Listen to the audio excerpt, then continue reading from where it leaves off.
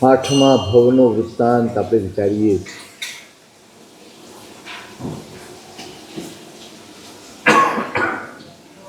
ગુણસેનનો જીવ એટલે આમ સેનનો જીવ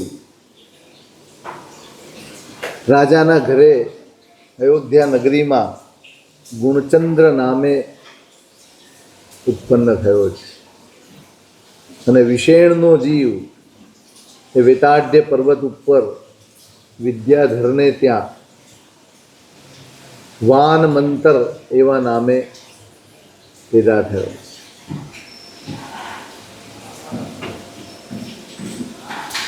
દરેક સંસ્કાર નિમિત્ત મળતા જ કામ કરતા હોય છે. નિમિત્તોથી ભાગતા રહેવું એ દોષોથી કે પાપોથી બચવાનો એકમાત્ર ઉપાય નથી. નિમિત્તથી બચવું જ જોઈએ, નિમિત્તથી દૂર રહેવું જ જોઈએ. પણ સંસ્કાર જો નિર્મૂળ ન થાય, સંસ્કાર જો અંદરથી દૂર ન થાય, તો જેટલો વખત નિમિત્તથી દૂર રહીએ તેટલો વખત તો કદાચ ચાલી જાય, પણ જ્યાં નિમિત્ત સામે આવે ત્યાં વળી પાછા આપણા સંસ્કારો ઉદ્દીપ્ત થઈ જાય. એટલે પુરુષાર્થ સંસ્કારોને નિર્મૂલ કરવા ન કરવા, પુરુષાર્થ સંસ્કારોને બદલવા ન કરવા, અને એ જ પુરુષાર્થ એને ધર્મ પુરુષાર્થ કહેવાય. હું નિમિત્તોથી દૂર રહું એ ધર્મ પુરુષાર્થ નથી, પણ સંસ્કારોને દૂર કરવાનો પ્રયત્ન કરું, દૂર રહીને, નિમિત્તોથી દૂર રહીને સંસ્કારોને દૂર કરવાનો પ્રયત્ન કરવું એ ધર્મ પુરુષાર્થ. મારી અંદર કશાયોના સંસ્કાર છે, વિષયોના સંસ્કાર છે, આહાર સંજ્ઞા, ભય સંજ્ઞા, પરિગ્રહ સંજ્ઞા, બધી જ સંજ્ઞાઓ ઠાંસીને ભરેલી છે. જ્યારે હું તપ કરું છું ત્યારે મારો પુરુષાર્થ એ સંજ્ઞાને તોડવાનો હોય છે, ત્યારે તપ એ ધર્મ બને છે.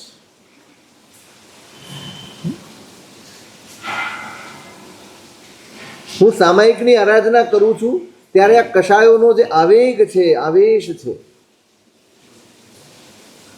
અસંયમ જે અંદર પડેલો છે, એ બધાને દૂર કરવાનો પ્રયત્ન કરું છું ત્યારે સામાયિક એ મારો ધર્મ બની છે.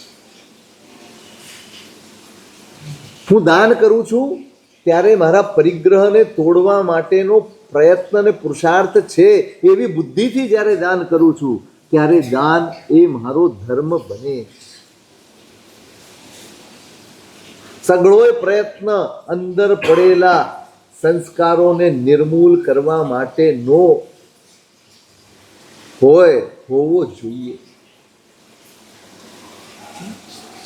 નિમિત્ત મળશે ત્યારે જોયું જશે એ ભ્રમણા જ. આગ લાગે ત્યારે કૂવો ખોદીશું તો બળવાનું જ આવશે. એટલે જ્યારે ઉત્તમ નિર્વિઘ્નતાનો કાળ હોય ત્યારે આપણે આ પ્રયત્ન કરવો જોઈએ. જ્યારે બધું જ સરસ ચાલી રહ્યું છે ત્યારે આપણે આપણી અંદર ઉતરીને આપણા એ દોષોને દૂર કરવાનો પ્રયાસ કરવો, એના વિશે ચિંતન કરવું જોઈએ. એના વિશે, એના લાભ નુકસાન એના વિશે ચિંતન કરીને જાગૃત, દોષોને નિર્મૂળ કરવા માટેનો ઉપાય એકમાત્ર છે જાગૃતિ.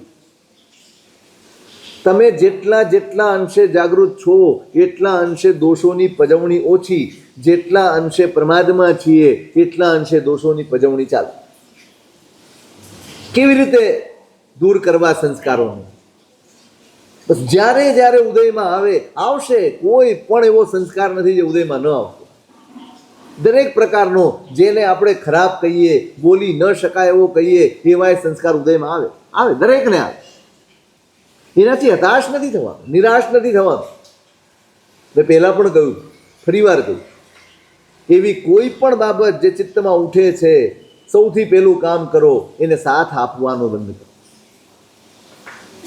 કોઈ પણ દોષ વધે તે ત્યારે જ જ્યારે આપણે એને સાથ આપીએ છીએ.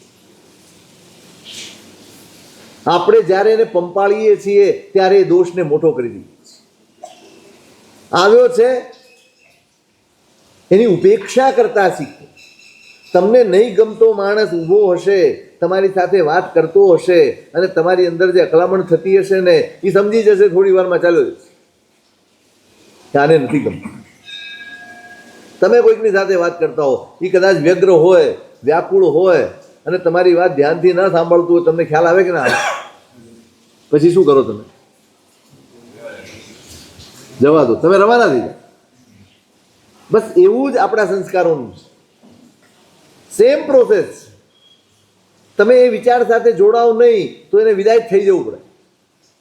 આપણે ભૂલ એ કરીએ છીએ, આપણે જોડાઈ જઈએ છીએ અને એ સંસ્કારોને વધુ બળ આપીને એને મજબૂત કરી દઈએ છીએ અને એની પજવણી ચાલુ છે. સંસ્કારો મને પજવે એ સંસાર છે અને હું સંસ્કારોને સાથ ન આપું એ ધર્મ.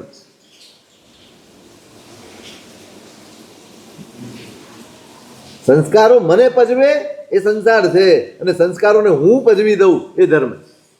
એ આવે, એ ઉઠે, એ પ્રબળ હોય, ઘણીવાર અતિ પ્રબળ હોય, પણ જો હું જાગૃત હોઉં, કશાયનું નિમિત્ત ગમે તેટલું પ્રબળ છે પણ મારી ધર્મ ભાવના એના કરતાં વધુ પ્રબળ હોવી જોઈએ. મારી ધર્મની સમજણ એના કરતાં વધુ મજબૂત હોવી જોઈએ. આપણે આ ભાવમાં જે કંઈક પણ કરીએ છીએ એ એટલા માટે કરીએ છીએ આપણો ધર્મ, આપણી ધર્મ શ્રદ્ધા, આપણી ધર્મની સમજણ એ બળવાન બને. એના જ આધારે આનો સામનો કરી શકાશે. જ્ઞાન, સમ્યક જ્ઞાન જેટલું પ્રબળ હશે એટલો સામનો કરવો સહેલો પડશે. આપણે વાતે વાતે હારી જઈએ છીએ, થોડાકમાં લપસી પડીએ છીએ અને પડી જઈએ છીએ એ એટલા માટે કે આપણી શ્રદ્ધા કહો કે આપણા આત્માના હિતની બુદ્ધિ કહો એ હજી એટલી પ્રબળ નથી. બસ એ પ્રબળ બનાવો. રોજ એમાં વૃદ્ધિ થવી જોઈએ. શ્રદ્ધાએ મેહાએ ધીએ ધારણાએ અનુપ્યાય વઢ્ઢમાણીએ. બસ એ શબ્દ યાદ રાખો, વઢ્ઢમાણીએ. મારી શ્રદ્ધા રોજ વધવી જોઈએ, મારી મેધા વધવી જોઈએ, મારી ધૃતિ, મારી ધારણા આ બધું વધવું જોઈએ. માત્ર પૂજા કરી લીધી સાર્થક નથી, માત્ર સામાયિક સાર્થક નથી, માત્ર શ્રવણ સાર્થક નથી, કોઈ ક્રિયા માત્ર સાર્થક નથી. આ બધું વધે છે તો બધું સાર્થક છે. વધવું જોઈએ. આ જ બળ છે આપણું, જેનાથી આ સંસારમાં લડી શકશો, ટકી શકશો અને ઓછામાં ઓછા કર્મ બંધેથી નીકળી શકશો. જો શ્રદ્ધાને આ બધું નહીં વધ્યું હોય તો કર્મો ચોટ્યા જ કરશે, એનાથી લેપાયા જ કરશું આપણે. એટલે સૌથી મોટી મહેનત, સૌથી વધુ મહેનત અહીં કરવાની. સાથ નથી આપવો એ ત્યારે જ શક્ય છે જ્યારે મારું આત્મબળ, મારા આત્માના હિતની ચિંતા મારી મજબૂત બની જાય, દ્રઢ બની. બાકી નિમિત્ત મળે અને સંસ્કાર ઉદ્દીપ્ત થવાના, જાગૃત થવાના, પજવવાના. અને આવી તો સેંકડો પજવણી આપણે રોજ અનુભવીએ છીએ. ભલે કેટલુંક સામાજિક પરિસ્થિતિઓને કારણે, સમાજની વચ્ચે રહેવાને કારણે એક પ્રકારની આપણી એક ધારણા બધાના લોકોના મનમાં હોય એના કારણે આપણે ઘણું બધું નથી કરી શકતા, પણ એની ઈચ્છામાંથી હજી મુક્ત થઈ શકતા.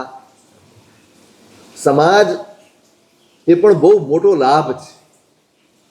સામાજિક વ્યવસ્થા એ કોઈ સામાન્ય વ્યવસ્થા નથી, બહુ મોટો લાભ છે. આ સામાજિક વ્યવસ્થા છે ને એટલે ઘણા બધા અનર્થોથી આપણે બચી જઈએ છીએ. આ સામાજિક વ્યવસ્થા, આ કૌટુંબિક, આ પારિવારિક જે વ્યવસ્થાઓ, તમે વિચારો, જે કુટુંબમાં રહેતા હશે, શું કહેવાય એને, સંયુક્ત કુટુંબમાં રહેતા હશે, તમે જોજો ઘણા બધા ફેર પડી જાય. હવે 2 જણા 3 જણા રહેતા હોય ને કોણ શું કરે છે ને ક્યાં જાય છે કોઈને ખબર નથી.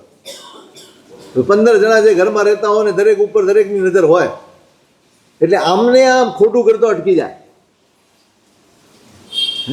એ અટકી જાય એ સામાજિક વ્યવસ્થા છે, અને અટક્યા પછી પાછો ફરે એ ધર્મ વ્યવસ્થા.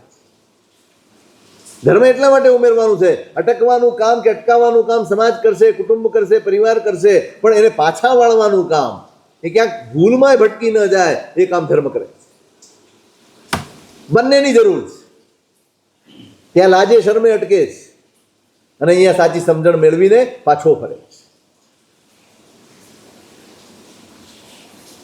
નિમિત્ત મળે છે અને સંસ્કાર ઉદયમાં આવે છે. પેલા વાણ મંતરે આને જોયું, ત્યાં ચિત્રકળામાં મશગુલ, ત્યાં છે કોણ? ખેદ ઉત્પન્ન થયો છે, સંકલેશ ઉત્પન્ન થયો છે. અજ્ઞાની સાવધાન ન હોય, સાવધાન ન હોય એ અજ્ઞાની હોય. બસ દ્વેષ જાગ્યો, નિમિત્ત મળ્યું, દ્વેષ જાગ્યો અને પ્રયત્ન મારવાનું જ કરે.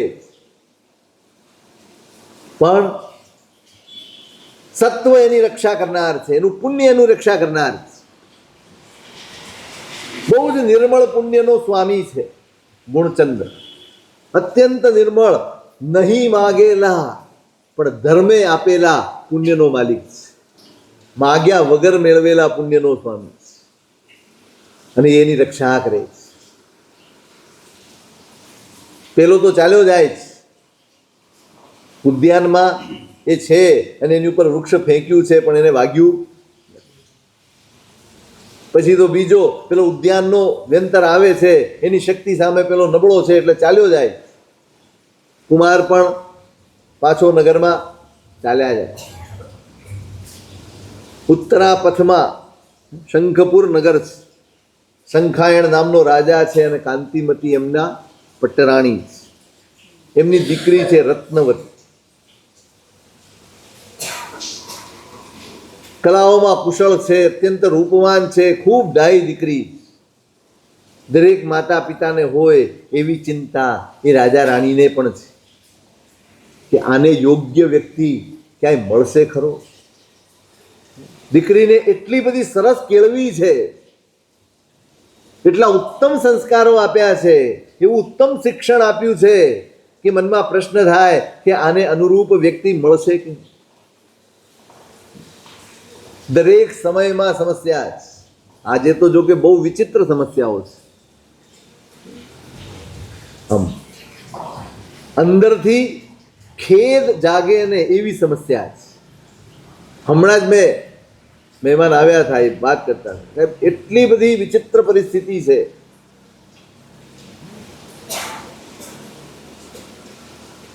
આપણે સંસ્કાર આપવામાં, આ તો જૈન સમાજની વાત છે માટે કહું છું, બહારની વાત તો ભૂલી જઈએ. સૌથી પહેલા આ કાંદા બટેકા ખાય છે કે નહીં, છોકરીઓની ડિમાન્ડ હોય છે. બહુ કરુણ પરિસ્થિતિમાંથી આપણે પસાર થઈ રહ્યા. ભલે આપણે જશ્ન મનાવીએ, આનંદ કરીએ, ચોથો વારો પ્રવર્તે છે એવા ભ્રમમાં રહીએ, ભસ્મ રાશિ ગ્રહ ચાલ્યો ગયો છે ને હવે બધો જય કાળ થઈ રહ્યો છે, કોઈ પણ ભ્રમ પાળી લો. વાસ્તવિકતા, કબૂતર આંખ મીચે એટલે બિલાડી ચાલી ગઈ છે એ ભ્રમ હોય છે, વાસ્તવિકતા નથી હોતી. ઉત્સવ વધારે થવા લાગ્યા છે, તપશ્ચર્યાઓ વધારે થવા લાગી છે, પૈસાઓ ખૂબ વધારે ખર્ચાવા માંડ્યા છે, નવા નવા નિર્માણો થઈ રહ્યા છે. આ છે ને આંખ મીચવા જેવું છે. એનાથી વાસ્તવિકતાને ક્યારેય બદલી શકાતી નથી. વાસ્તવિકતાને નજરઅંદાજ કરીને જીવવું ને એ ઝેરના પારખા છે. આપણે જે નિરાત અનુભવીએ છીએ કે નિશ્ચિંતતા અનુભવીએ છીએ, એક દિવસ આ જ નિરાત, આ જ નિશ્ચિંતતા આપણા પશ્ચાતાપનું કારણ બનવાની છે.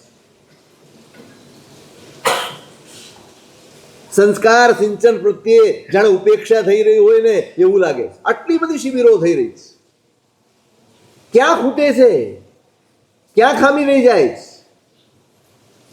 ક્યાં ઉણપ રહી ગઈ છે કે આપણા સમાજમાં આ દશા છે. જે પરિવારને ધાર્મિક વાતાવરણ જોઈએ છે, સામે ધાર્મિક વાતાવરણ નથી જ જોઈતું, નહીં જોઈએ જ નહીં. કેવા આગ્રહો, કેવા કદાગ્રહો, કેવી વિચિત્ર માગણીઓ. આ ગૌરવ લેવા જેવું છે કે શરમજનક જેવું? શું છે? શરમજનક છે કે ગૌરવ લેવા જેવું છે?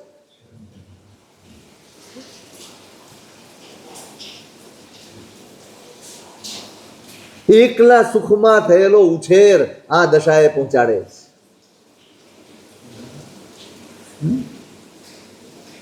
બધી જ ઈચ્છા પૂરી કરવાની આપણી મોહાંધતા એણે આ પરિસ્થિતિ આપણને પહોંચાડ્યા છે. આ મોહાંધ સ્થિતિ છે માતા પિતાઓ. નહીં, બસ એ જે માગે એ આપવાનું. કારણ કે આપણે બહુ જ સ્ટ્રગલ કર્યો છે, આપણે ખૂબ વેઠ્યું છે, આપણી કોઈ ઈચ્છા પૂરી નથી થઈ, નહીં હવે આપણે દીકરાઓને કે દીકરીઓને અભાવમાં નથી જીવવા દેવા, બસ એ જે કે કરવા દેવું છે. આપણે આપણા હાથે આપણી સંતતિનું અનર્થ કર્યું છે.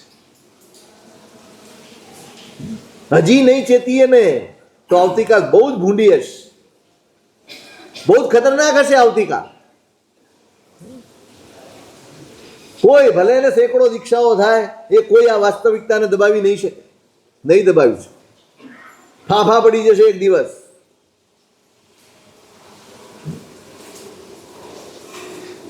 જીવનનું મૂલ્ય જ નથી રહ્યું. બસ એક જ પૈસો, વૈભવ, માન સન્માન, છૂટ. શું કહેવાય ને? એક તો પ્રાઇવસી અને બીજી સ્વતંત્રતા. સ્વતંત્રતા તો ઠીક, શબ્દ સારો વપરાય, સ્વચ્છંદતા એનાથી બીજો શબ્દ વપરાયો. બે જ વસ્તુ છે. એક તો સ્વચ્છંદતા જોઈએ છે, કોઈએ કોઈ બાબતમાં ટોકવાના નહીં, રોકવાના નહીં, પૂછવાનું નહીં, સવાલ નહીં કરવા. હવે અમે મોટા થઈ ગયા. મોટા કોને કહેવાય ને એની ડેફિનેશન કોઈને ખબર નથી. ઉંમર સાથે જ મોટાઈ જોડાઈ ગઈ. ઉંમર વધે એટલે મોટા થઈ ગયા.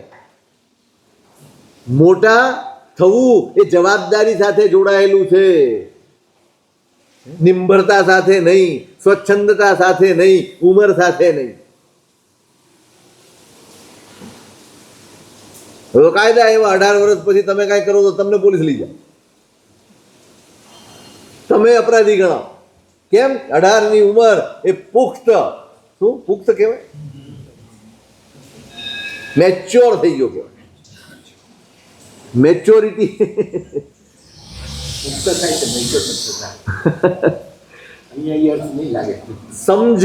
સમજણ ક્યાં? એ ઉંમરની સાથે આવતી સમજણ, આવતો સંયમ, આવતો વિવેક ક્યાં? ઉંમર સાથે આ બધું વધવું જોઈએ. સમજણ વધે, વિવેક વધે, ચારિત્ર્ય વધે, શીલ વધે. 16 સાન ને 20 વાન. કઈ 16 સાન ને 20 વાન? આ તો 40 સુધી વાનમાં જ પડ્યો રહે. મારો વાન કેવો છે એની જ મેથી માર્યા કરે, અંદર તો કઈ જોવે જ નહીં. સાન આવી કે નહીં, સાન આવે ના આવે, વાન સારો જોઈએ, કારણ કે જોનારા જ જુએ. જોનારા કોઈ સમજણ જોતા નથી. તમે કેવા દેખાઓ છો, તમારી પાસે શું છે, તમારો મોભો શું છે. બસ લોકો વ્યક્તિને પરણતા બંધ થઈ ગયા છે, લોકો માહોલને પરણતા થઈ ગયા છે, અને એમાં જ દુઃખી થઈ રહ્યા છે. અહીં માતા પિતાને ચિંતા છે કે આને આટલો બધા સંસ્કાર આપ્યા છે, આવો ગુણિયલ વ્યક્તિ મળશે ક્યાં? નાખી નજર પહોંચતી નથી, ક્યાંય દેખાતું નથી. બંનેને ચિંતા છે. માણસો મોકલ્યા છે દેશ દેશાવર, આને અનુરૂપ જોઈએ. બધે જ ગયા છે. એમાં અયોધ્યામાં પણ 2 જણા આવ્યા છે. માણસો પણ કુશળ હોય, વાતચીતમાં કુશળ હોય, વાત રજૂ કરવામાં કુશળ હોય, વાત મૂકવામાં અને પરીક્ષા કરવામાં કુશળ હોય. જેને તેને ન મોકલી. ત્યાં ગુણચંદ્રને અભ્યાસ કરતા જોયો છે. ધનુર્વિદ્યાનો અભ્યાસ કરે છે. એની કળાથી મુગ્ધ થઈ ગયા છે. રૂપ તો છે જ, કળા પણ છે, અને ચહેરા ઉપર જે શીલ અને શાલીનતા ઝલકે છે ને, એનાથી એ લોકોના હૈયામાં એમ થયું કે વ્યક્તિ તો આ છે. પરિચય તો કરવો પડે.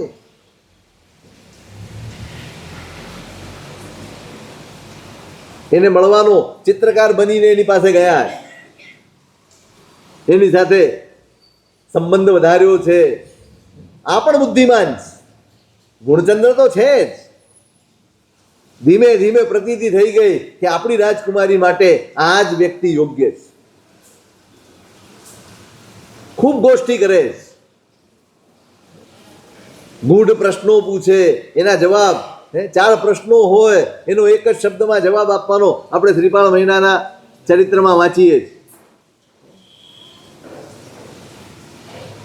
ગુણચંદ્ર પણ ખુશ થઈ જાય કે આ લોકો બહુ જ યોગ્ય જીવો છે, એને એ પણ કળાવાન છે, એ પણ વિદ્યાવાન છે, રાજી થઈને એના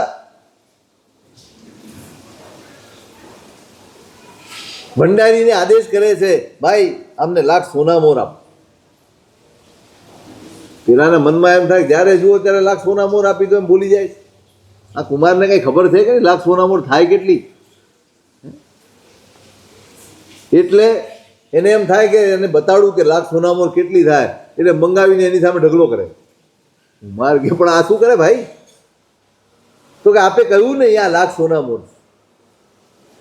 ગુણચંદ્ર બહુ ગંભીર છે, એને મનમાં વિકલ્પ આવી જાય છે કે આને આવું કેમ કર્યું છે. આ નક્કી આના મનમાં એમ છે કે આ લૂંટાવી રહ્યો છે, અને આમ ને આમ લૂંટાવશે તો આ રીતે કઈ આપી દેવાય? આમ ખુશ થાય લાખ સોના મોર આપી દેવાની? 5, 11, 21 બરાબર છે.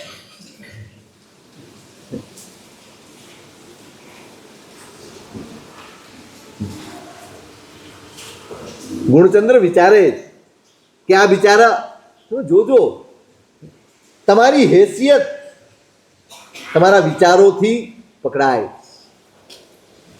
જીવો એમ વિચારતા હોય, આ પોતે વિચારે કે આદિત્ય માણા તમે ન આપો ને તો સંપત્તિ વધે. સ્વાભાવિક છે ને, વધે ને. તમે આપો નહીં તો વધે, તમે ભોગવો નહીં તો વધે, તમે છુપાવી રાખો તો વધે, તમે એનું સતત રક્ષણ કરો, ક્યાંય ખોટી રીતે વપરાય ન જાય એની ચિંતા કરો તો વધે. આવું બિચારા જીવો વિચારતા હોય છે, એમ ગુણચંદ્ર વિચારે છે. પણ સંપત્તિ ક્યારે આ નહીં આપવાથી કે નહીં ભોગવવાથી ક્યારે એનું રક્ષણ થતું નથી, ક્યારે એ ટકતી નથી. સંપત્તિ ટકે છે પુણ્યથી. શેનાથી ટકે? મેં તમને દાખલો આપ્યો હતો ભોજ રાજાનો. એ તો કોઈ કવિ આવે એકાદ શ્લોક બોલે ને, એક વાર તો ખાલી એક શ્લોકમાં, એ શ્લોક અત્યારે વિસરી ગયો છું, એમાં ખાલી હી શબ્દનો પ્રયોગ કર્યો હતો, એના ઉપર 1.25 લાખ સોના મોર આપી હતી. ખાલી હી શબ્દના પ્રયોગ ઉપર 1.25 લાખ સોના મોર ન્યોછાવર કરી. મંત્રીને એમ થયું કે હા બાપુ બેઠા બેઠા રોજ આ તો ગોષ્ઠી ચાલે, રોજ નવો કવિ આવે, રોજ આપે. પછી મેં કહ્યું હતું પેલું દિવાલ ઉપર શ્લોક લખે છે, આ પદાર્થે ધનમ રક્ષે. ભાઈ આપત્તિ આવે એના માટે ધનની રક્ષા કરો. ભાગ્યવાજ આમ કોઈ આ બધા રાજાએ લખ્યું ભાગ્યવાનને આપત્તિ ના હોય એમ. પછી એને ત્રીજી લીટી લખી, કદાચ છે ને દેવ રૂઠે, ભાગ્ય રૂઠે તો ભેગું કરેલું નાશ પામી જશે.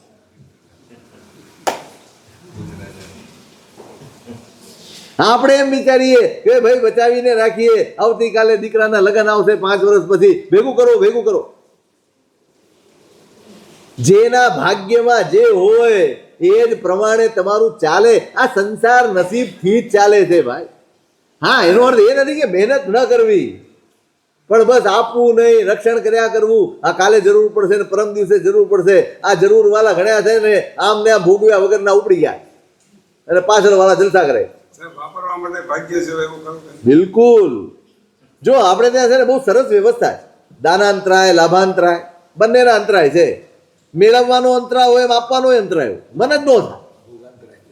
ભોગાંતરાય ભોગવે નહીં. એટલે બહુ સરસ ડેફિનેશન ભગવાને આપી દીધી છે. તમને આપવાનું મન જ નથી થતું, છે અઢળક, અને આપે તો એવી રીતે આપે કે જાણે એને આપવું પડશે આપણે પાછું. કોક આપે તો મૂંઝાઈ જાય. હા, કોઈને આપતા જુએ ને તોય બિચારો દુઃખી થઈ જાય કે આટલું બધું ખર્ચે છે, આનું શું થશે. મૂળચંદ્ર એમ વિચારે છે કે આ બિચારાની બુદ્ધિ એવી છે કે આને એમ લાગે છે કે હું બધું આપું છું તો કદાચ કે આને બિચારાને શીખવાડવું પડશે. એટલે પછી કહ્યું તું કે આ લાખ સોના મોર છે, તો કે હા, પણ આ 2 જણને ઓછી પડશે, બીજી લાખ લઈ આવો ને. હા, 2 જણને ઓછી પડશે, બીજી લાખ લઈ આવો. પેલા એમ થયું કે આમાં મેળ ખાયો નથી, લઈ આવો. માલિક છે, માલિકને તમે ના સીધી તો ન જ પાડી શકો, પણ એ સમજી ગયો કે આ ઉડાવું નથી, આ ઉદાર. ઉડાઉપણું અલગ છે, ઉદારતા અલગ છે. આપણે હોટલમાં ઉદાર થઈ જઈએ, ના ના ના બિલ તો હું જ ભરીશ, અહીંયા સરખો ભાગ. એને આપણે સંસારિક ભાષામાં એને ઉદારતા કહેવાય, અને ધર્મમાં વધારે ખર્ચી નાખે કે લે આવું બધી ઉડાડી દેવાતું હશે આમને આમ પૈસા છે. આવા હિત શિખામણ આપનારા લોકો છે, બહુ છે.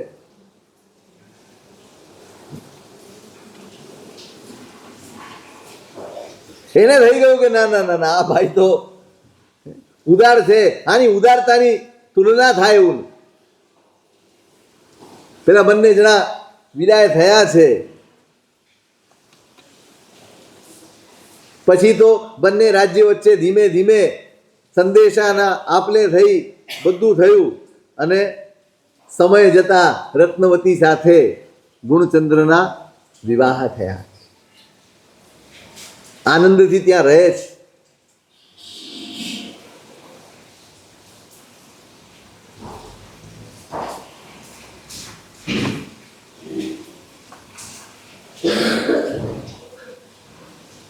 મૈત્રીબલ રાજા એમનું નામ છે, રત્નવતીના પિતામાં. એમનો જ ખંડિયો રાજા વિગ્રહ, એને અવળીમતી સૂજી અને અચાનકથી અહીંયા આક્રમણ કર્યું. હવે બધા નિરાતે બેઠા હોય, જે મારા અંડરમાં છે, જે મારે અધીન છે, એ વ્યક્તિ આવું કરશે એવી તો કલ્પના ન હોય, એવી સાવધાની ન હોય, ક્યાંય સામે ચાલીને લડવાડ કરવાના ન હોય. નિરાતે બધા હતા, એમાં ગડબડ કરી ગયા.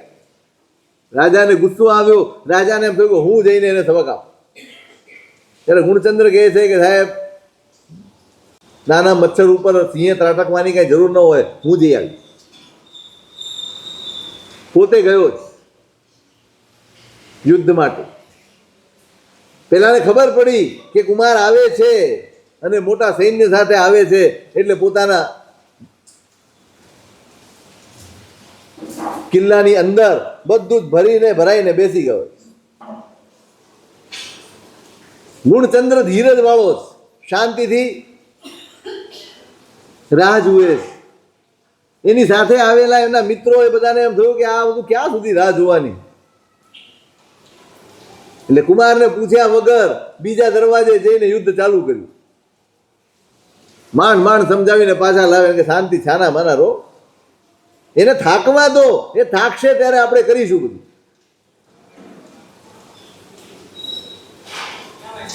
એમાં એક દિવસ પેલો વાણ મંતર ત્યાંથી પસાર થઈ રહ્યો છે, અને આ ઘેરો નાખીને પડ્યા છે.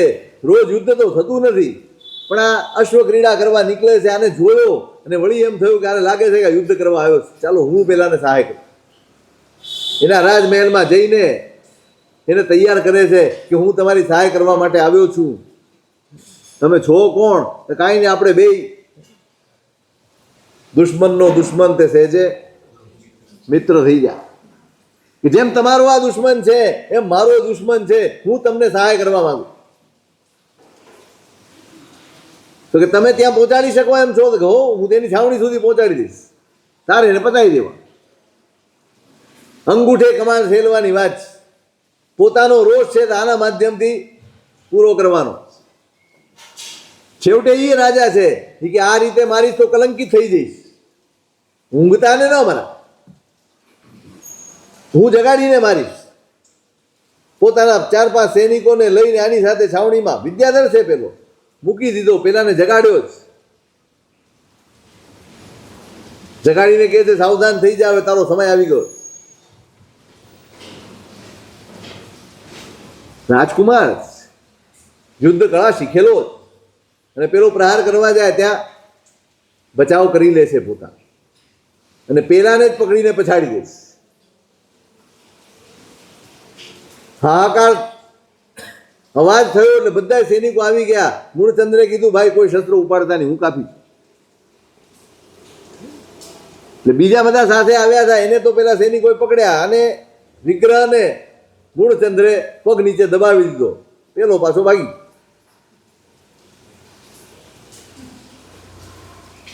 પછી તો આ માફી માગે છે. એ કહે છે ઊભો થા, ચાલ આપણે બંને યુદ્ધ કરીએ. કે હું તો આમે સેવક છું, હું યુદ્ધ ખરેખર મેં અનુચિત જ આચરણ કર્યું છે, મારે કરવું ન જોઈએ એવું મેં કર્યું છે અહંકારમાં આવીને, પણ હવે મને માફ. ઉદાર દિલ છે. મને તમારા સસરા પાસે લઈ જાઓ, તમારા પિતાજી પાસે લઈ જાઓ, ત્યાં હું એમની માફી માંગીશ. નીકળ્યા છે બંને. પાછા અહીંયા આવીને પોતાના નગર તરફ નીકળ્યા છે, અને રસ્તામાં ખબર પડી છે વિજય ધર્મ નામના આચાર્ય ભગવંત પધાર્યા છે. અને કેમ પધાર્યા? બહુ સરસ વાત લખી છે અહીંયા. વિશેષે કરીને ગુણચંદ્રના પ્રતિબોધ માટે આવ્યા. એમના જ્ઞાનમાં એમને લાગ્યું કે હવે સમય પાક્યો છે, ગુણચંદ્રનો પ્રતિબોધ કરવો જોઈએ, અને એટલે એ આચાર્ય ભગવંત ત્યાં પધાર્યા છે. માણસો થકી ખબર પડી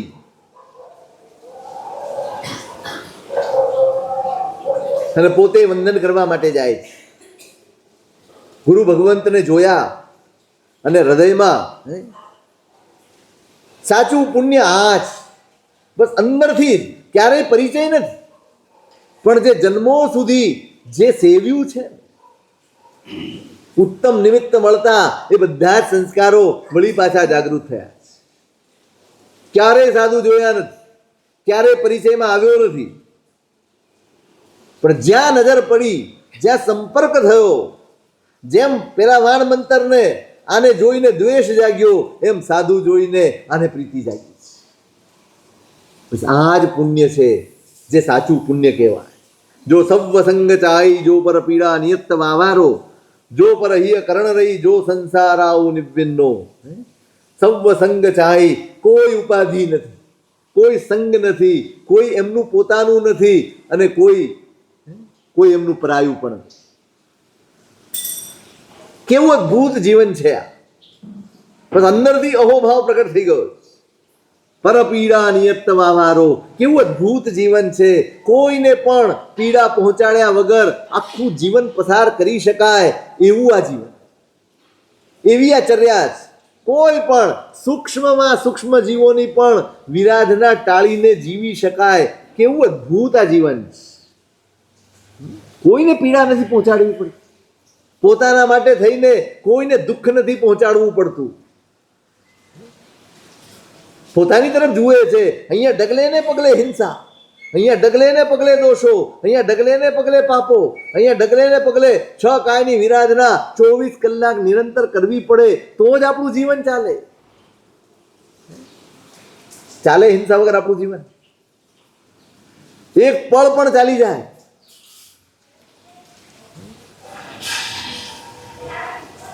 હવે તો કોઈ વસ્તુ બાકી નથી રહી. ખાવા પીવાથી માંડીને પહેરવા ઓઢવાની ને તમારા શોભા શણગારની કોઈ પણ વસ્તુ જેમાં હિંસા ન હોય એવી એક પણ વસ્તુ બચી નથી. જ્યાં જુઓ ત્યાં હિંસા, જ્યાં જુઓ ત્યાં હિંસા. ક્યાં બચવું આમાં? ક્યાં બચવું? અને આપણે એટલા બધા શ્રૂઢ થઈ ગયા છે, એટલા બધા ધીઠ થઈ ગયા છે કે હવે એવી સંવેદના જ નથી બચી કે આ બધું હિંસક છે અને મારે છોડવું જોઈએ. હવે એક મોભો, એક માનસિકતા એણે આપણને એવા ઘેરી લીધા છે કે આપણે આ બધાને છોડી શકતા નથી, આ બધામાંથી મુક્ત થઈ શકતા નથી. આવી તપાસ પણ આપણે કરતા નથી. પૂર્ણચંદ્ર વિચારે કેવું કોઈને પીડા પહોંચાડ્યા વગર પગલે પગલું માંડી શકાય, આખું જીવન જીવી શકાય, કેવું અદભુત! પરહિય કરણ રહી, નિરંતર એમની દરેક ચેષ્ટા બીજાના હિત માટેની, બીજાના સુખ માટે. વીરતી અંગીકાર કરે એ 14 રાજલોકમાં અમારી ઘોષણા કરે. શું કરે? અમારી ઘોષણા છે સર્વ વિરતી. બસ હવે દરેક જીવ અમારાથી અભય. દરેકને અભય છે, દરેક નિર્ભય. હવે અમારું એક પણ પગલું તમારા દુઃખ માટે નહીં હોય. આ સંકલ્પનું નામ વિરતિ છે.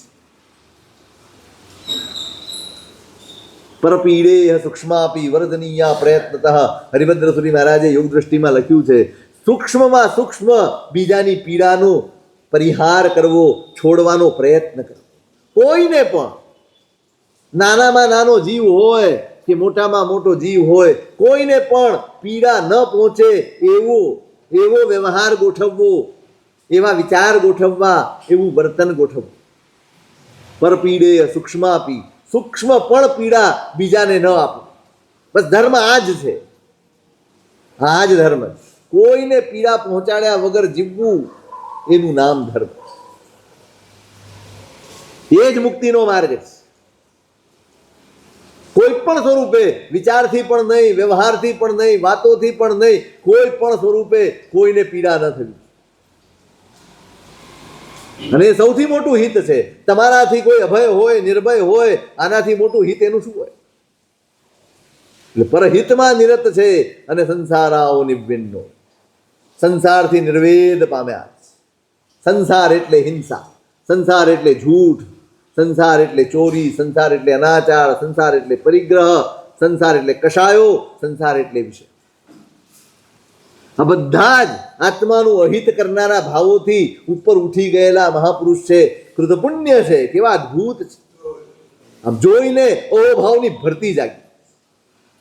જઈને વંદન કર્યા છે. અનુગ્રહ કરો. અને એમાં કોઈક વિદ્યાધર કુમાર આવે છે, દોડ આવ્યો છે.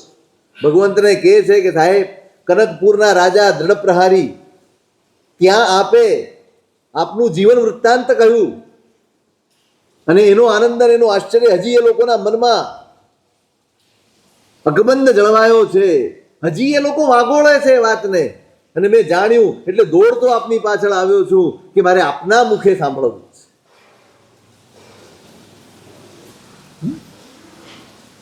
તા જૈન અંતરાયમ જાય અન્નસ્સ કુશલ જોયસ સાહે તો ભયવમ તમ મજ્જ મણુઘટ્ઠા.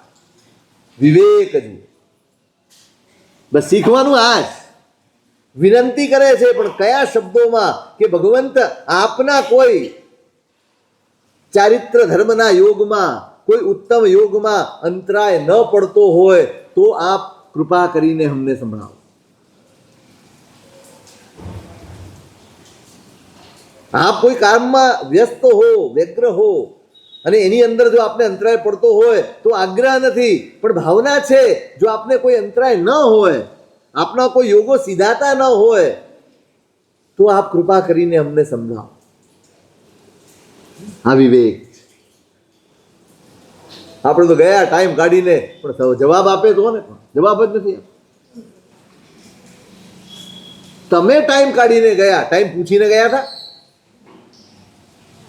બે વસ્તુ છે, તમારા ટાઈમે તમે જાઓ અને એમના ટાઈમે તમે આવો, બેમાં ફરક છે. ડોક્ટર પાસે ક્યારે જાઓ? વકીલ પાસે ક્યારે જાઓ? કચેરીમાં ને કલેક્ટર પાસે જવું ક્યારે જાઓ? ગમે ત્યારે ઉભા રહો તો આવકાર આપે એમ. આ તો ઘરના ને.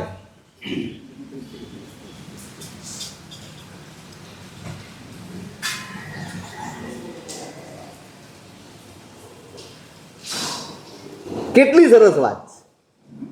જો કોઈ આપના યોગોમાં બાધા ન પડતી હોય તો.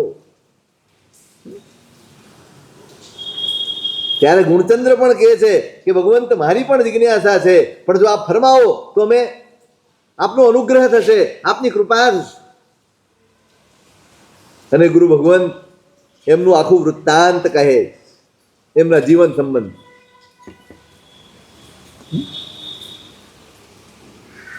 આપણે વૃત્તાંતમાં નથી ઉતરતા, કારણ કે બીજા 2-3 ચોમાસા જોઈએ, આટલી બધી કથાઓ કરવા જઈએ.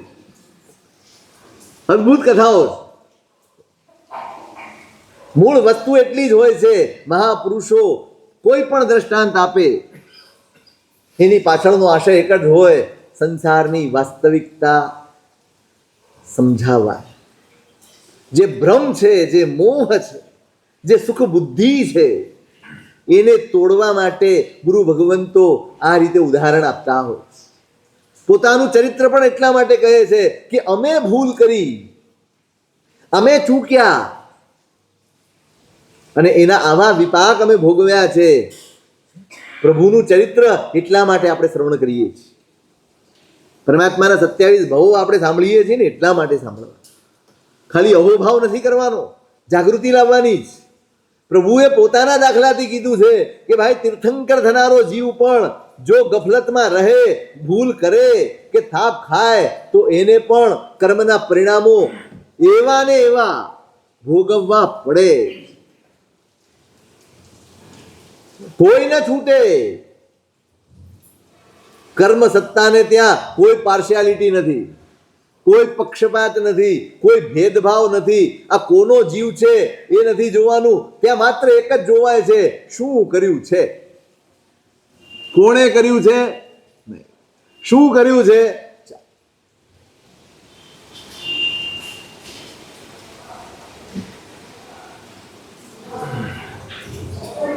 બધા એના હૃદયમાં સંવેગ જાગ્યો છે. મેળવવા જેવું તો આ જ છે. આપણો મુકામ મોક્ષ છે એ હૈયે વસ્યું છે.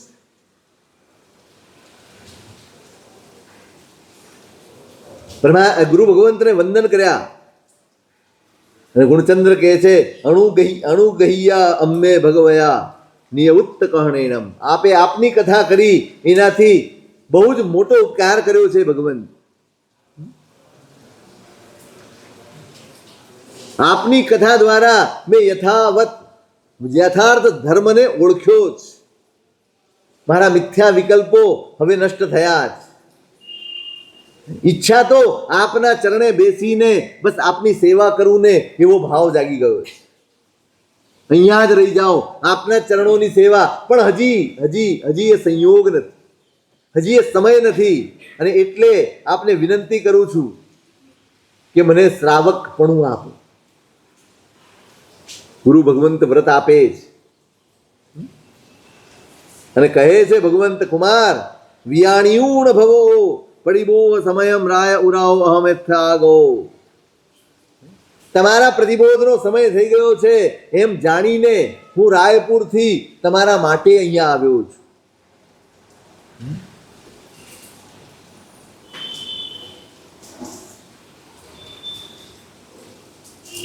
દુષ્પ્રતિકારો માતા પિતરો સ્વામી ગુરુશ્ચ લોકેસ્મિન. આ સંસારમાં માતા પિતા, માલિક અને ગુરુ એના ઉપકારનો બદલો ક્યારેય વાળી શકાય નહીં.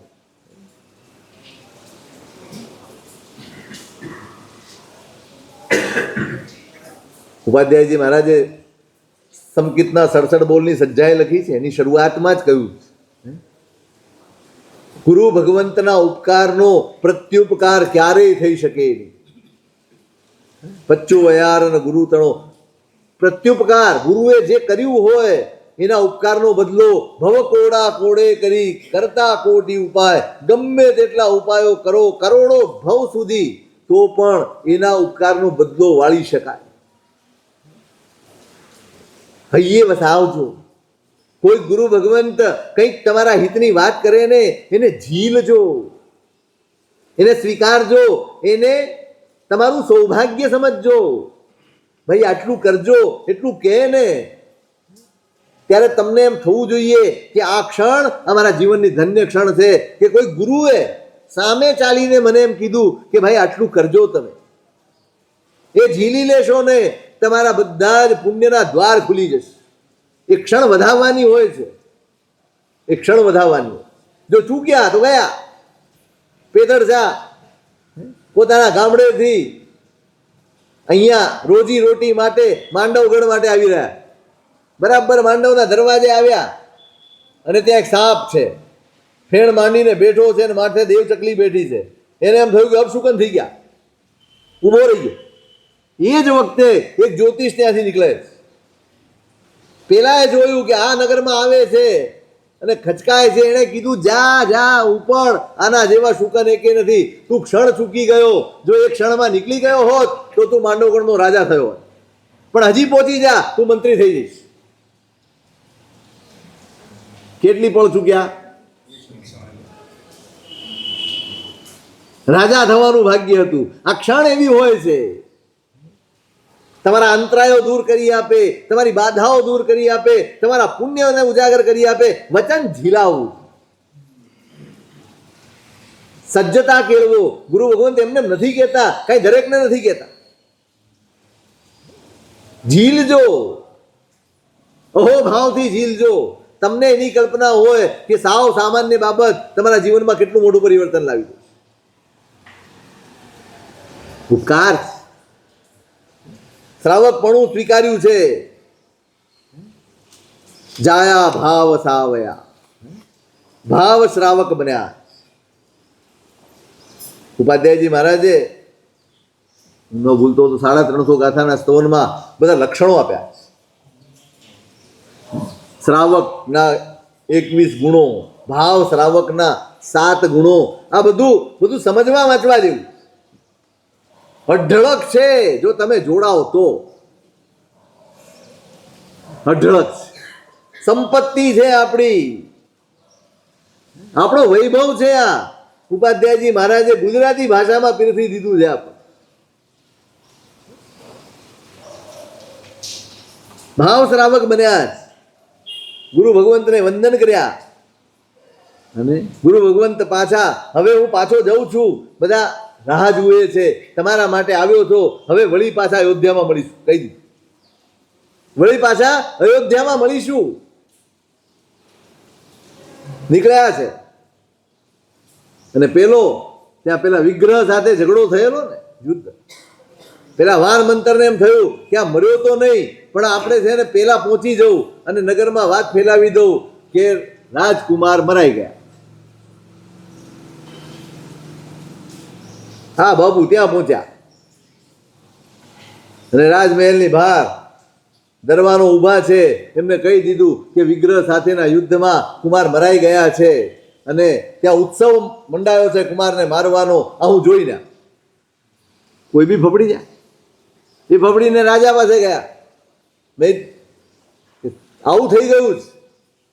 રાજા કે માનું નહીં, કોઈ રીતે હું માનું? પણ રત્નવતીને કહેવું તો પડશે ને, રત્નવતીને કહેવું પડશે.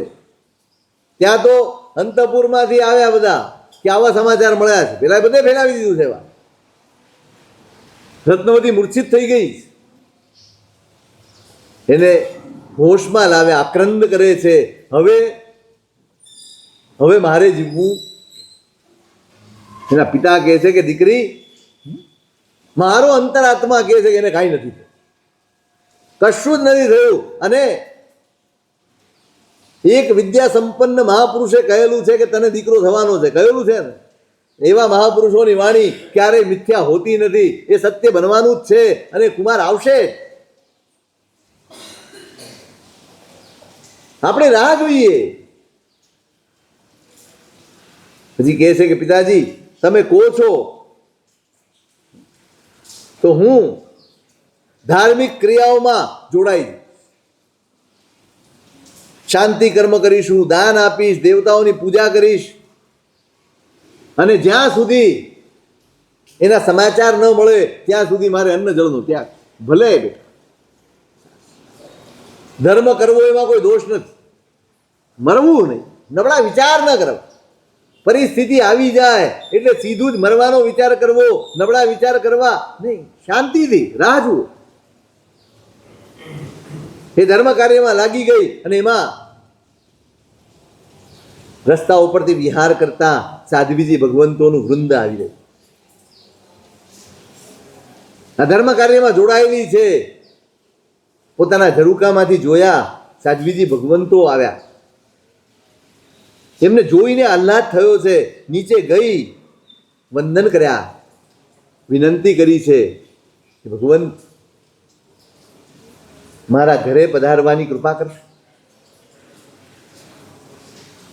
આપને જોઈને મારા શોક સંતાપ શમ્યા, મારું મન ઠર્યું છે માત્ર દર્શનથી. કોઈ વાતચીત નથી થઈ, કોઈ વાતચીત. આ આચરણનો પ્રભાવ છે, આ ચારિત્ર્યનો પ્રભાવ છે, આ જીવંત ચારિત્ર્ય છે. બોલનારાને મહેનત વધુ પડે છે, પણ જેના જીવનમાં વણાઈ ગયું છે એનું આચરણ જ પ્રતિબોધ કરી આપે. મારું મન ઠર્યું છે, મારા દુઃખનો દાવાનળ હળવો પડ્યો છે, મારા દુઃખનો અનુભવ મંદ પડ્યો છે માત્ર ને માત્ર આપના દર્શનથી. એટલે હું આપને વિનંતી કરું છું કે જો આપ અનુકૂળતા કરો અને આટલી કૃપા કરો તો મારા આંગણે પધારો. સાધ્વીજી ભગવંત કે આવવામાં વાંધો નથી, પણ કોઈને અપ્રીતિ ન થવી. આ રાજમહાલય છે ભાઈ. તને ગમતું હોય બધાને જ ગમે એવું હોતું નથી, બીજાને ગમે આપણને ગમતું નથી એવું બને, બધું જ બને. કોઈના પણ મનમાં અમારા પ્રત્યે અપ્રીતિ થાય એવી જગ્યાએ અમારાથી જવાય. ત્યારે રાજ એ વિનંતી કરે છે કે ના, મારા સાસ સસુર બધા જ ખૂબ ધર્મ સંપન્ન છે અને આપના આવવાથી એ રાજી થશે. ઓ આ સાધુનો વિવેક, આ સાધુનો વિવેક. અપ્રીતિ ન થવી, અપ્રીતિ થાય એવું સાધુથી ન થાય. ભગવાને ચતુર્માસ કર્યું પેલા તાપસના આશ્રમમાં. એમના પિતાના મિત્ર હતા અને ઝૂંપડીમાં રહ્યા. પેલી ગાયો ઘાસ ખાઈ જાય છે. ભગવાનને એને ઘાસને શું લાગે હોય, એ કાંઈ કરતા નથી ને ઓલા બધા તાપસો લાકડી લઈને બેઠા રહે. એમની આ સાધના ગાયો બગાડવી. ફરિયાદ થઈ, એને થયું કે ભાઈ તમે તમારા ઝૂંપડાનું રક્ષણ કરો, આ બધાને નડે. ત્યારે ભગવાને અભિગ્રહ કર્યા છે અને એમાં સૌથી પહેલો અભિગ્રહ કર્યો છે ના પ્રીતિ મદ ગૃહે વાસા. જ્યાં અપ્રીતિ થતી હોય ત્યાં મારે રહેવું. અપ્રીતિ હોય ત્યાં જાય નહીં, અને જાય તો અપ્રીતિ થાય એવું કરે નહીં. એવી કોઈ ચેષ્ટા ના કરે જેથી ગ્રસ્તને એમ થાય મહારાજ આવ્યા તો ખરા પગલાં કરવા, પણ અઘરું પડી ગયું. થઈ જાય ઘણી વાર અમારી એવી ચેષ્ટા હોય તો. એમની પાસે બેઠા જ સાધ્વીજી ભગવંત એનો ચહેરો જુએ છે, ખબર પડે છે કે આ અંદરથી સંતપ્ત જીવ છે. વેદના જ એને સમજાવે છે, એને શાંત કરે છે, ઠારે છે. કેમ થયું ભગવંત મારી સાથે પૂછે છે. જો તને તકલીફ ન હોય તો તું મને કહી શકે છે જે તકલીફ હોય તને. આપની આગળ પડદો કેમ હોય? ગુરુ એને કહેવાય જ્યાં પડદો ન હોય. બાળક જેવા થઈને જઈ શકાય જેની પાસે, એ જ તમારા ગુરુ હોય છે. બસ આ સંતાપ છે. મને અકુશળ લાગે છે, આપ પસાય કરીને કહો કે એ કુશળ છે કે કુશળ છે. ચિંતા ના કરીશ, એને કશું જ નથી થયું. પણ મનમાં એમ રહે ને ભાઈ મારા સાહેબ તો આશ્વાસન આપે, એ તો હાથ પાડે ને. પ્રતીતિ કેમ થાય સાહેબ? આપને કેમ ખબર પડી? પૂછે છે ગુરુ ભગવંતને, આપને કેવી રીતે ખબર પડી? તો કે સ્વર વિજ્ઞાનથી. મેં એક દિવસ કહ્યું હતું તમને, સ્વર વિજ્ઞાન બહુ બહુ પ્રચંડ વિદ્યા છે. તમે બોલો એના રણકા ઉપરથી ખબર પડી જાય કે તમે જે પૂછો છો એમાં શું તત્વ છે.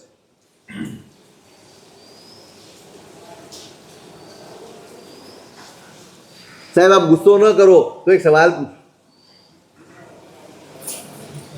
ડરે છે, પોતાને હજી પાકા થવું છે, હજી વિશ્વાસ નથી આવતો. વિશ્વાસ છે પણ અંદર જે શંકા છે ને એ એને પજવ્યા કરે કે સાહેબ આ ગુસ્સે ન. અરે સાધુને ગુસ્સો ન હોય તો નિશ્ચિંતતાથી પૂછ, જે પૂછવું હોય પૂછ. તો કે કેવી રીતે ખબર પડે સ્વર વિજ્ઞાનથી? એની નિશાની શું? સાધ્વીજી ભગવાન કહે છે કે બેન આ પ્રભુની આપેલી વિદ્યા છે, એમાં ક્યારેય શંકા કરાય? છતાંય તારા મનને સંતોષ થાય એટલા માટે નિશાની આપું છું કે તું એ મનમાં ખેદ ન લાવતી, પણ તારા શરીરમાં આ જગ્યાએ તને તલ છે. તો કે હા છે, બસ તો એ જ નિશાની છે.